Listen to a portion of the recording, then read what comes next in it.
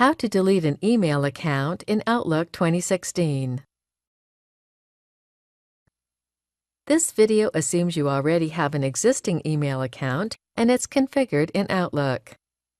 Now let's learn how to delete an email account from Outlook. Note that deleting an email account from Outlook does not delete the actual email account where it was created, at your host or email service provider, or in your hosting control panel. It only deletes it from Outlook.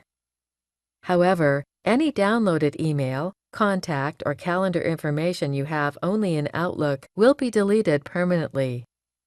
If this information is important to you, you should back up your Outlook data file first. We aren't going to do that now. Let's proceed with deleting our email account from Outlook. Click the File tab, then click Account Settings, and then Account Settings again. Select the email account you want to remove, then click Remove. As already mentioned, make sure you have a backup of your offline content before proceeding if it's important to you. Then click Yes to continue. That's it! The email account has been removed from Outlook.